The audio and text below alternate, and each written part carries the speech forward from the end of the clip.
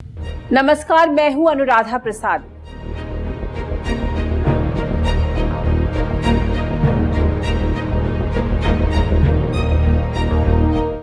हम भारत के लोग भारत को एक संपूर्ण प्रभुत्व संपन्न समाजवादी पंथ निरपेक्ष लोकतंत्रात्मक गणराज्य बनाने के लिए तथा इसके समस्त नागरिकों को सामाजिक, आर्थिक और राजनीतिक न्याय, विचार, अभिव्यक्ति, विश्वास, धर्म और उपासना की स्वतंत्रता, प्रतिष्ठा और अवसर की समता प्राप्त कराने के लिए तथा उन सब में व्यक्ति की गरिमा और राष्ट्र की एकता तथा अखंडता सुनिश्चित करने वाली बंधुता बढ़ाने के लिए दृढ़ संकल्पित होकर अपनी इस संविधान सभा में आज दिनांक 26 नवंबर 1949 को एदत द्वारा इस संविधान को अंगीकृत, अधिनियमित और आत्म अर्पित करते हैं। ये भारतीय संविधान की प्रस्तावना के वो शब्द हैं जिसे संविधान की आत्मा कहा जाता है। इसमें भारत का हर नागरिक अपना मुस्तकबिल सुरक्षित देखता है। संविधान निर्माताओं ने शासन के लिए जिस लोकतांत्रिक और संघीय ढांचा को चुना, उसका मकसद था लोगों की ज्यादा से ज्यादा भलाई। संघ और राज्य सरकारें मिलकर समाज के आखिरी पायदान पर खड़े आखिरी आदमी के चेहरे पर मुस्कान ला सकें। लेकिन हुआ क्या? क्या हमारे चुने हुए प्रतिनिधियों और हुक्मरानों ने उस शपथ को पूरा करने की ईमानदारी से कोशिश की जो उन्होंने पद ग्रहण करते समय ली थी? क्या लोगों की जिंदगी बेहतर बनाने के लिए नेताओं ने अपने स्तर पर भरपूर प्रयास किया? तड़पती, मरती, बिलखती, मुश्किलों में घिरी आवाम के लिए हमारे नेताओं का ज़मीर क्या कहता है? जिस संघीय प्रणाली में संविधान निर्माताओं ने भारत की एकता और मजबूती का सूत्र देखा था, वहां केंद्र और राज्यों के बीच इतनी टकराव की नौबत क्यों आई? कोरोना जैसे महाआपदा में केंद्र और राज्यों के सुर इतने अलहदा क्यों हैं? Lockdown, containment zone, vaccine policy को लेकर आखिर इतना कंफ्यूजन क्यों है? संविधान की प्रस्तावना हम भारत के लोग से शुरू होती है, लेकिन मौजूदा हालात में भारत के लोग ही खुद को इतना लाचार क्यों महसूस कर रहे हैं? ऐतिहासिक परिप्रेक्ष्य और वर्तमान के आईने में मौजूदा राजनीति के चरित्र पर मंथन जरूरी है। ये समझना जरूरी है कि लोकतंत्र में कौन अपने कर्म पथ से विचलित हो रहा है और कौन डटा हुआ है। हजारों साल से भारत जैसा विशाल और विविधता वाला देश कैसे एकजुटता के धागे में बंधा रहा। बर्फ से ढकी हिमालय की श्रृंखलाओं से लेकर समंदर की सीमाओं तक, कहीं लबलबाती नदियां तो कहीं एक एक बूंद पानी को बचाने का संघर्ष, कहीं रेगिस्तानी तूफान तो कहीं पूर्वा बयार। करीब 20,000 मातृभाषाएं, 3,000 से ज्यादा जातियां, 25,000 उपजातियां, इतनी ही तरह के रीति रिवाज, सैकड़ों तरह का खान पान, फिर भी एक है हिंदुस्तान। अनेकता में एकता, हम एक थे, हम एक हैं जैसे नारे हम बचपन से सुन रहे हैं। वो कौन सी अदृश्य ताकत है जो भारत को जोड़ती है? वो कौन लोग हैं जिनके पुरुषार्थ ने एक ऐसी चुंबकीय शक्ति पैदा कर दी कि धर्म, जाति, भाषा और रीति रिवाजों में बटे भारतवासी एक हो गए?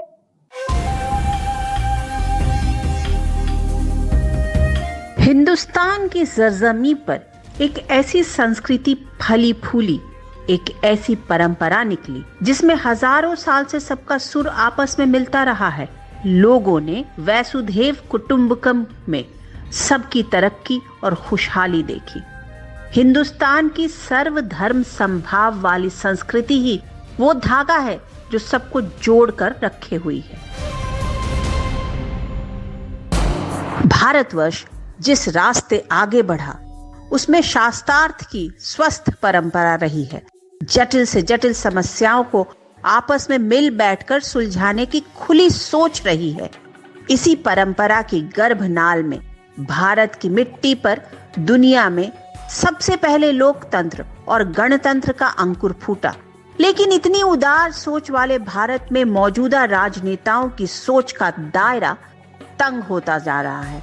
कोरोना जैसी महामारी में साथ मिलकर लड़ने की जगह सियासी पार्टियों के नेता अलग अलग रास्ते आगे बढ़ रहे हैं। साथियों, हमारे शास्त्रों में कहा गया है, त्याज्यम न धैर्यम विदुरेऽपि काले, अर्थात कठिन से कठिन समय में भी हमें धैर्य नहीं खोना चाहिए। किसी भी परिस्थिति से निपटने के लिए हम सही निर्णय लें, सही दिशा में प्रयास करें। कोरोना महामारी से लड़ने का केंद्र सरकार का अपना तरीका है, राज्य सरकारों का अपना, स्थानीय प्रशासन का अपना। हमारी जंग एक ऐसे अदृश्य, बहुरूपिया और घातक वायरस से जारी है जिसे हराने में हर किसी को योद्धा की भूमिका निभानी है। ये वक्त न तो तुच्छ राजनीतिक नफा नुकसान सोचने का है, न सत्ता का दंभ भरने का। इस जंग को जीतने के लिए हमारे सियासतदानों को अपनी दकियानूसी सोच से ऊपर उठना होगा। उन्हें अपना दिल बड़ा करना होगा। जिस तरह से विपक्ष और सत्ता पक्ष के बीच में एक खट्टे मीठे रिश्ते रहने की बात तो समझ में आती है, लेकिन सिर्फ खट्टे और कड़वे रिश्ते रहें, ये हमने ऐसे उदाहरण पिछले 7-8 साल में जैसे देखे कभी नहीं देखे। अब हर बात में ही अगर सत्ता पक्ष का ये रवैया रहा है कि पिछले 70 साल में कुछ नहीं हुआ, हर बात में विपक्ष नकारा है, कांग्रेस मुक्त भारत बनाएंगे, कैसे ये दोनों साथ आए, कैसे बड़ा दिल दिखाएं, इसका कोई मौका किसी ने दिया नहीं।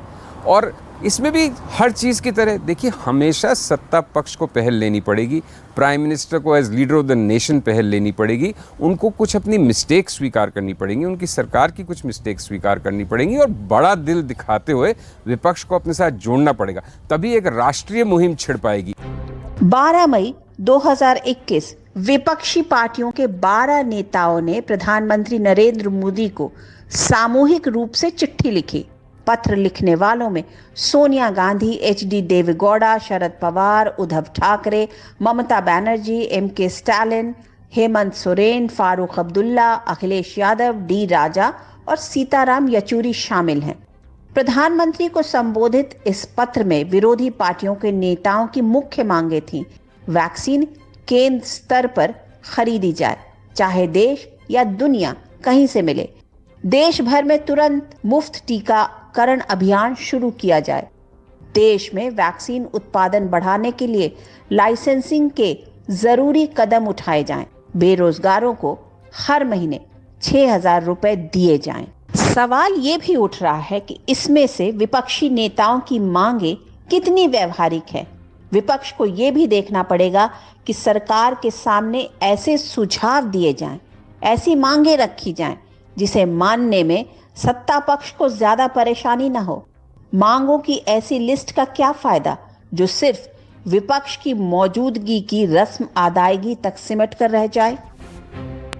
जितनी जल्दी हो सके हमारे सभी राजनीतिक दल वो एक जिम्मेदारी का परिचय दे करके मिलकर के बैठें, अपने सुझाव साझा करें, अपने संसाधन साझा करें, अपने अनुभव साझा करें और सरकारें उन अनुभवों, उन सुझावों, उन संसाधनों का उपयोग करें और एक दूसरे की टांग खींचने की बजाय, आरोप प्रत्यारोप की राजनीति की बजाय, इसमें नफा नुकसान देखने की बजाय और चुनावी राजनीति करने की बजाय इसको जो है इसमें एक दूसरे से मिल करके इस संकट का समाधान करेंगे, क्योंकि ये देश का संकट है, ये कोई राजनीतिक संकट नहीं है, ये राष्ट्रीय संकट है, प्राकृतिक संकट है और इसका मुकाबला मिलजुल करके ही होगा। जब दुनिया के देश मिल करके काम कर रहे हैं तो हमारे राजनीतिक दल मिलकर काम क्यों नहीं कर सकते। संसदीय लोकतंत्र में विपक्ष ये मानकर चलता है कि उसे सरकार के हर फैसले से मीन मेख निकालना ही निकालना है, तो सत्ताधारी पार्टी इस दंभ में रहती है कि वो विपक्ष की बात मानने के लिए बाध्य नहीं है।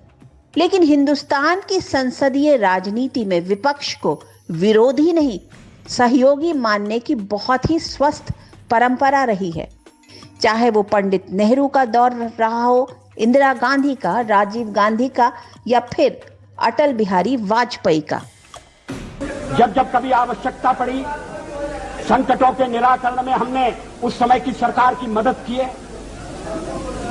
उस समय के प्रधानमंत्री नरसिंह राव जी ने भारत का पक्ष रखने के लिए मुझे विरोधी दल के नेता के नाते जेनेवा भेजा था और पाकिस्तानी उसे देखकर चमत्कृत रह गए।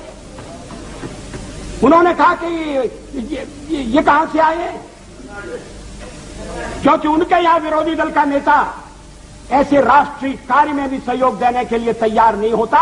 वो हर जगह अपने सरकार को गिराने के काम में लगा रहता है। ये हमारी परंपरा नहीं है, ये हमारी प्रकृति नहीं है और मैं चाहता हूं ये परंपरा बनी रहे, ये प्रकृति बनी रहे। सत्ता का खेल तो चलेगा, सरकारें आएंगी जाएंगी, पार्टियां बनेगी बिगड़ेंगी, मगर ये देश रहना चाहिए, इस देश का लोकतंत्र अमर रहना चाहिए। नरसिम्हा राव से मनमोहन सिंह तक के दौर में भी संसदीय लोकतंत्र की इस यात्रा में हमेशा विपक्ष को समकक्ष यानी बराबर के तौर पर देखा गया। विपक्षी नेताओं के सुझावों को बड़ी विनम्रता और आदर के साथ सत्ताधारी पार्टियों ने स्वीकार किया, जिससे लोगों की बेहतरी के लिए ज्यादा से ज्यादा काम किया जा सके। पिछले कुछ वर्षों से विपक्ष मुक्त राजनीति का एजेंडा आगे बढ़ रहा है, जिसके कारण विरोधी पार्टियों के साथ संवाद का सिलसिला तेजी से कम होता जा रहा है। भारत सरकार के पूर्व सेक्रेटरी रहे अनिल स्वरूप ने अपने लंबे करियर में कई उलझे मसलों को बातचीत के जरिए सुलझाते करीब से देखा है। कुछ बातचीत का वो खुद हिस्सा रहे हैं। अनिल स्वरूप ने अपनी किताब not just a civil servant और ethical dilemmas of a civil servant में ऐसे कई अनुभवों का जिक्र किया है। जब मैं कोयला सचिव के पद पर मैंने कार्यभार ग्रहण किया था, तब मैंने ऐसा प्रकरण मेरे सामने आया था कि हमें एक लेजिस्लेशन पास करना था, एक एक्ट पास करना था, जिसके माध्यम से हम कोयले की जो खानें थी उनका ऑक्शन कर सकते। लेकिन उस समय परेशानी ये थी कि राज्यसभा में एनडीए सरकार का बहुमत नहीं था, लोकसभा में था।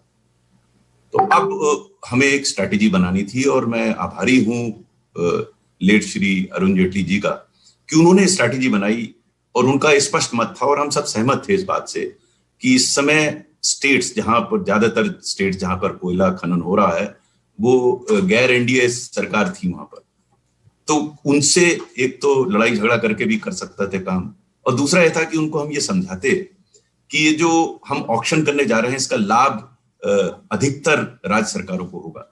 इस रणनीति के तहत अरुण जेटली जी ने स्वयं कई मुख्यमंत्रियों से चर्चा की और अंततः ये बिल पास हुआ।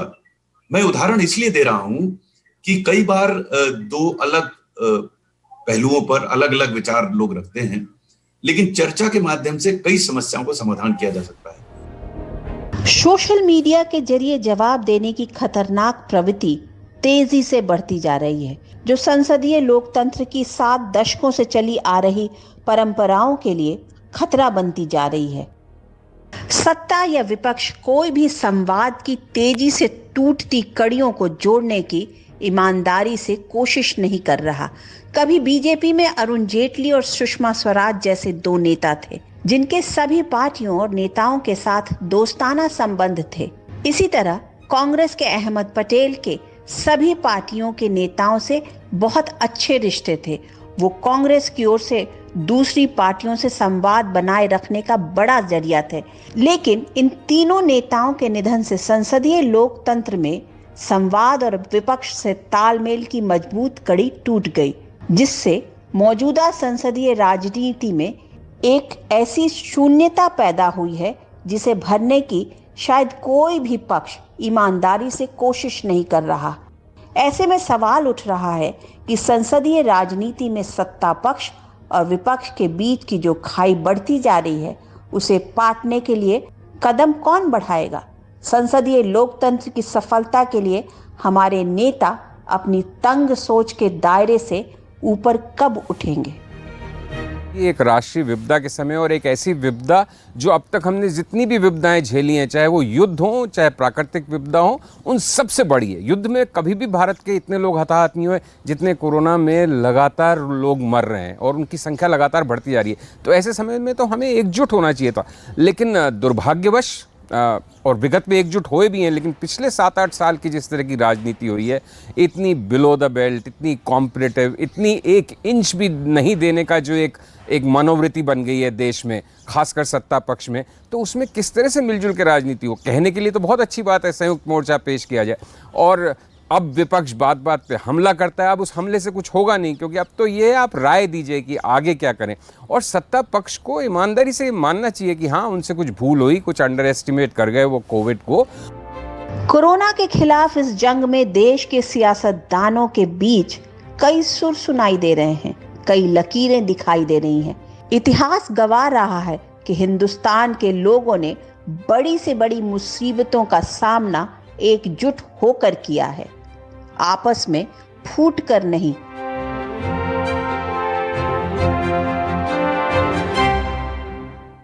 आदि शंकराचार्य ने 4 धामों की स्थापना कर कन्याकुमारी से कश्मीर तक को जोड़ने की कोशिश की।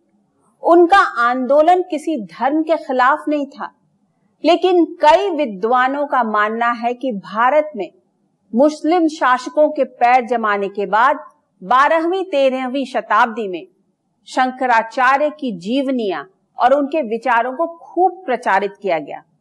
मकसद था हिंदुओं को मुस्लिम शासकों के खिलाफ एकजुट करना, लेकिन मुस्लिम शासकों के खिलाफ कोई ऐसा आंदोलन नहीं चला जिससे उनकी सत्ता इतनी कमजोर हो जाती कि उन्हें हिंदुस्तान छोड़ना पड़ता। उल्टा वो हिंदुस्तान के ही हो गए। उन्होंने यहाँ शादियां की, हिंदुस्तानी बोली, यहाँ के खान पान और रीति रिवाजों को अपनाया और धीरे धीरे देश के बड़े हिस्से में अपनी सत्ता कायम करने में कामयाब हो गए। ये भारत की फिजाओं में हजारों साल से बहती खुली और उदार सोच का नतीजा था कि मुगलों के दौर में भी जितनी धूमधाम से ईद मनाई जाती थी, उतनी ही धूमधाम से होली अपनी परंपराओं और आस्था के साथ एक दूसरे का सम्मान करते हुए सुख दुख बांटने की हजारों साल से चली आ रही सोच ही भारत को जोड़े रखती है।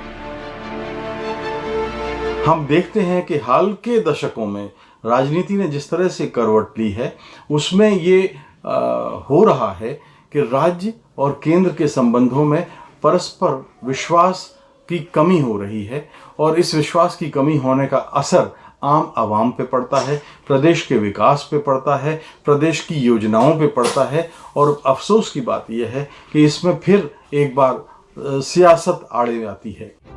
हिंदुस्तान के नक्शे पर कई बड़े राज्यों में गैर बीजेपी दलों की सरकार है। मसलन महाराष्ट्र में शिवसेना की अगुवाई वाली उद्धव ठाकरे की सरकार, तमिलनाडु में डीएमके की अगुवाई वाली एमके स्टालिन की सरकार, पश्चिम बंगाल में टीएमसी की अगुवाई वाली ममता बनर्जी की सरकार, केरल की एलडीएफ सरकार में पिनराई विजयन मुख्यमंत्री हैं, उड़ीसा में बीजू जनता दल की सरकार है जिसके मुखिया नवीन पटनायक हैं, कांग्रेस की अगुवाई वाली सरकार छत्तीसगढ़ में है जिसके मुखिया भूपेश बघेल हैं, राजस्थान की कमान अशोक गहलोत के हाथों में है, तो पंजाब में कैप्टन अमरिंदर सिंह डटे हुए हैं। दिल्ली में आम आदमी पार्टी की सरकार है जिसके मुखिया अरविंद केजरीवाल हैं। जितनी पार्टियां, जितने राज्य, उतने सुर सुनाई दे रहे हैं। कोई अपने राज्य के लिए ज्यादा ऑक्सीजन की मांग कर रहा है, कोई अपने सूबे के लिए ज्यादा वैक्सीन की डोज चाहता है, कोई ज्यादा मेकशिफ्ट अस्पताल बनवाने के फिराक में है, कोई विदेशों से सीधे वैक्सीन खरीदने की बात कर रहा है, कोई सबके लिए मुफ्त वैक्सीन की मांग कर रहा है, कोई देश में संपूर्ण लॉकडाउन के पक्ष में दलील दे रहा है, कोई कोरोना पीड़ितों की मदद के लिए टास्क फोर्स बनाना चाहता है। मेरा ये मानना है कि अगर उनसे चर्चा की जाए तो राज्य भी इस बात को समझेंगे कि वैक्सीन की कितनी शॉर्टेज है और सबको जितनी उनकी मांग है उनके अनुरूप नहीं दिया जा सकता है। और ये डिस्कशन अगर ओपन हो और उसका रिजल्ट ओपन हो तो शायद सामान्य जनता इस बात को या सामान्य राज्य इस बात पे सहमत होंगे कि कमी के रहते हुए जो भी वस्तुएं उपलब्ध हैं उनका बंटवारा एक ऑब्जेक्टिव तरीके से किया जाए, जिससे लोगों को आभास भी ना हो कि किसी के साथ अन्याय किया जा रहा है। ये चीज यदि ऑब्जेक्टिवली, ओपनली, ट्रांसपेरेंटली, पारदर्शी तरीके से की जाती है तो शायद जो शक का गुंजाइश बचती है वो ना हो। हाल ही में तमिलनाडु की सत्ता से डीएमके का वनवास खत्म हुआ। मुख्यमंत्री एमके स्टालिन ने वित्त मंत्रालय की जिम्मेदारी पलानीवेल त्यागराजन को सौंपी, जो अमेरिका में पढ़े लिखे और पेशे से एक पूर्व बैंकर हैं, लेकिन लोक कल्याणकारी योजनाओं में पैसा लगाने और कोरोना काल में जरूरतमंद गरीबों की नगद मदद को त्यागराजन बेहतर मानते हैं। इसलिए स्टालिन सरकार ने सूबे के 2,07,67,000 राशन कार्ड धारकों को 4,000 रुपए की नगद मदद देने का फैसला किया, और वो भी 2 किश्तों में। मकसद है आपातकाल में गरीबों को तुरंत राहत पहुंचाना। स्टालिन सरकार ने कोविड मरीजों का प्राइवेट अस्पतालों में मुफ्त इलाज करवाने का भी फैसला लिया, लेकिन रेमडेसिविर और कोरोना वैक्सीन पर केंद्र की अलग अलग नीति त्यागराजन को हजम नहीं हो रही। यूपी की योगी सरकार बहुत पहले ही ऐलान कर चुकी है कि अगर सरकारी अस्पताल में बेड नहीं है तो प्राइवेट अस्पताल में मरीजों का इलाज करवाया जाए। राज्यों की अपनी राजनीति है और केंद्र का अपना तरीका। ऐसे में 1 अरब 35 करोड़ की आबादी वाले हिंदुस्तान को छोटे छोटे सूबों के दायरे में बांटकर कोरोना के खिलाफ जंग नहीं जीती जा सकती। आजादी के बाद भारत को कौन जोड़ेगा? धर्म, धर्मनिरपेक्षता, संविधान, प्रजातंत्र, फौज या फिर राजनीतिक नेतृत्व? ये बहुत ही अहम सवाल था। भारत के बारे में कहा जाता है कि कोस कोस पर बदले पानी और 4 कोस पर वाणी, यानी यहाँ इतनी विविधता है कि हर कोस पर पानी का स्वाद बदल जाता है और 4 कोस पर लोगों की जुबान। इतनी विविधता वाले देश को एकजुट रखने के लिए संविधान निर्माताओं ने संघीय प्रणाली को अपनाया। संविधान के प्रथम अनुच्छेद में भारत को राज्यों का संघ कहा गया है। संविधान में संघ और राज्यों के बीच शक्तियों का बंटवारा भी किया गया है। संघीय ढांचे को मजबूती देने के लिए देश के पहले प्रधानमंत्री पंडित जवाहरलाल नेहरू सभी राज्यों के मुख्यमंत्रियों को पत्र लिखते थे, जिसमें वो अपनी सरकार की नीतियों, मकसद और सहयोग की बात करते थे। ये पंडित नेहरू का राज्यों के मुख्यमंत्रियों का गंभीर राष्ट्रीय मसलों पर विश्वास हासिल करने का तरीका था। लेकिन भरोसे की डोर वक्त के साथ कमजोर पड़ने लगी। गठबंधन राजनीति के दौर में क्षेत्रीय पार्टियों और सत्रपों की दिल्ली की राजनीति में भूमिका बढ़ी। लेकिन 2014 में बीजेपी के केंद्र में सत्ता में आने के बाद समीकरण बदला। गैर बीजेपी पार्टियों को हमेशा ये डर सताने लगा कि बीजेपी केंद्र सरकार की कल्याणकारी योजनाओं के सहारे उनकी राजनीतिक जमीन हथियाने के फिराक में है। शायद इसलिए गैर बीजेपी राज्य सरकारों और केंद्र सरकार के बीच तनातनी दिखती है। जो संवाद केंद्र और राज्य सरकारों में होना चाहिए वो मेरे विचार से नहीं हो पा रहा है, और इस पे विचार करना चाहिए केंद्र सरकार को कि असहमति हो सकती है, जैसा मैंने पूर्व में कहा था, किसी भी बिंदु पर असहमति हो सकती है, लेकिन चर्चा के माध्यम से काफी हद तक उस असहमति को दूर किया जा सकता है, क्योंकि उस चर्चा के दौरान ये बताया जा सकता है राज्य सरकारों को कि जो अधिनियम लाया जा रहा है या जो भी निर्णय केंद्र सरकार द्वारा लिया गया है उसका लाभ राज्य सरकारों को भी होगा। इसमें कोई विशेषकर राजनीति नहीं है। जब आदमी राजनीति देखता है तो फिर उसमें ऑपोजिशन करने लगता है। भारत के संविधान निर्माताओं ने जिस सोच के साथ संघीय ढांचा को अपनाया वो इतना कमजोर नहीं है कि नेताओं की महत्वाकांक्षाओं और आपसी टकराव से हिल जाए। भारत की असली ताकत यहाँ के लोग हैं। उनके अंदर कूट कूट कर भरी भारतीयता है, जिसमें वो बिना किसी स्वार्थ के दूसरों की सेवा कर रहे हैं। अस्पतालों में डॉक्टर और नर्स सिर्फ कोरोना मरीजों का इलाज नहीं कर रहे, उनकी हर इच्छा पूरी करने की कोशिश भी कर रहे हैं।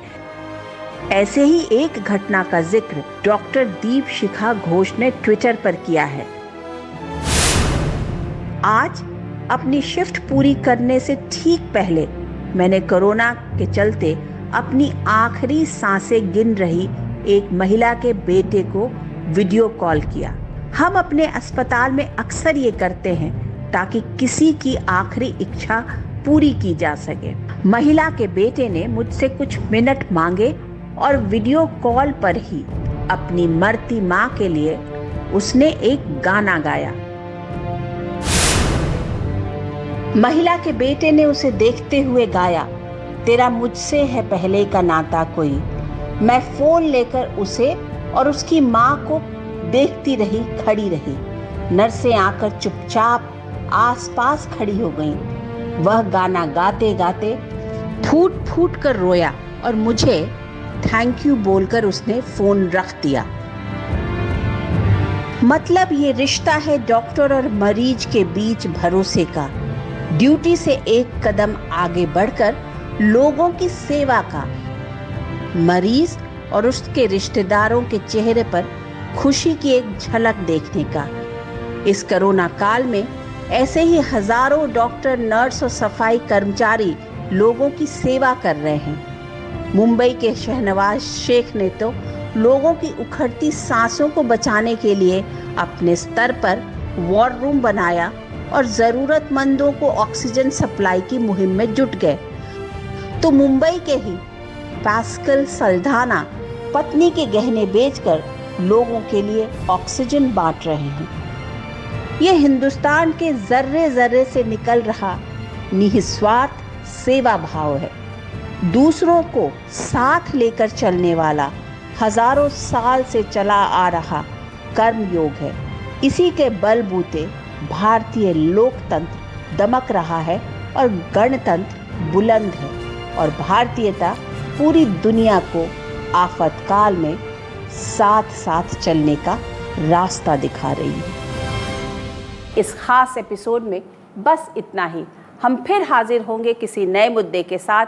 तब तक के लिए मुझे दीजिए इजाज़त और आप देखते रहिए न्यूज़ 24। नमस्कार।